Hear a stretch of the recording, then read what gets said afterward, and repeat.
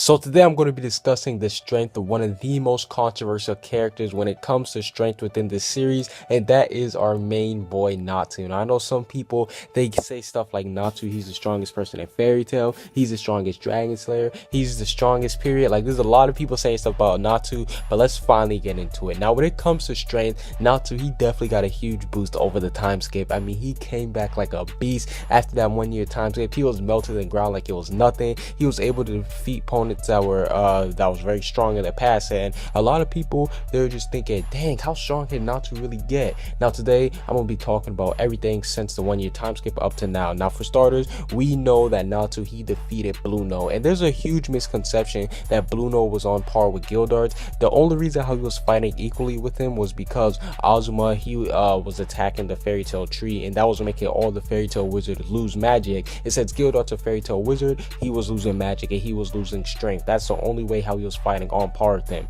And then we even saw that once the tree was destroyed, Gildarts ended up one-shotting him. So Gildarts at full power is way stronger than Blue Note, but Blue Note still isn't a scrub. So I do think that because he beat Blue Note so easily, he is stronger than pre-time skip Gildarts. Now, we see even in the Avatar arc when he one-shotted the god, we don't know how to gauge the God of War strength, to be honest, because that thing, we never really see anything like him. And one thing that we can't say is that Urza, it was a little bit afraid of him, or at least she knew about him. She was like, oh snap, this is the god of the war. So I guess you can, that adds on to his strength a little bit, but we truly don't know how strong that thing is. Now, the next big thing that Natsu did, yes, Blaze Dragon King mode. Now this one is when it gets a little bit crazy, because with Natsu with Blaze Dragon King mode, it is rumored, or not even rumored, it's said that he could defeat Zeref. Zeref thinks that he could have defeated him, but there's a lot of people saying that he couldn't have. There's a lot of people saying that he could have.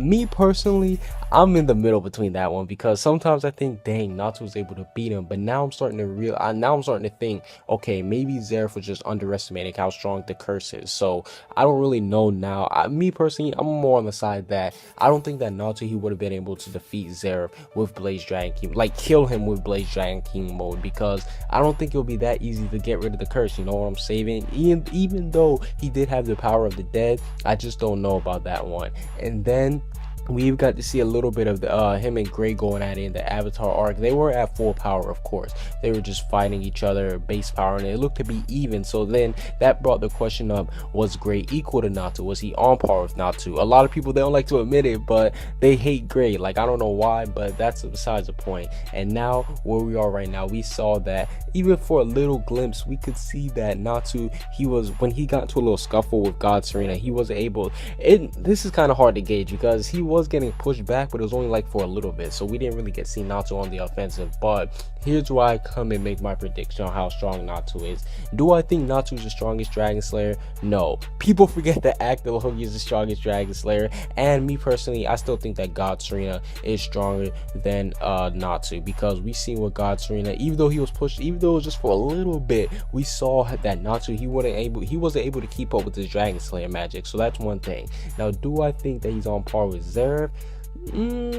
That's a maybe. Maybe when he gets his E&D power, he might be on par with Zeref, but I don't know for too sure. And another thing is that where is he compared to Gray? Now, Gray, me personally, I think that they are on par. Natsu and Gray, at this point, I do think that they are on par with each other. I don't think that Natsu is way ahead of Gray like everybody thinks, but yeah, that's one thing. Now, for the final thing in this video, where do I rank Natsu completely? Okay, like I said, since God Serena is dead, I do think he's the second strongest Dragon Slayer now. And with that being said, I do think that he is still weaker than Gildarts at this point, because Gildarts, he was able to one-shot God, or he was able to take out God Serena with ease. And with that being said, the whole Zeref thing, now that I'm thinking about it, I don't think he's stronger than Zeref. So overall, that's basically it for this Natsu video. How strong do you guys think Natsu is? Do you think he's top tier? I think he's definitely top tier. He might be able to, I think he'll be able to tangle with Zeref, but I don't know if he'll be able to beat him, you know what I'm saying? But that's basically it. Comment what you guys think down below. Subscribe if you haven't. Peace out.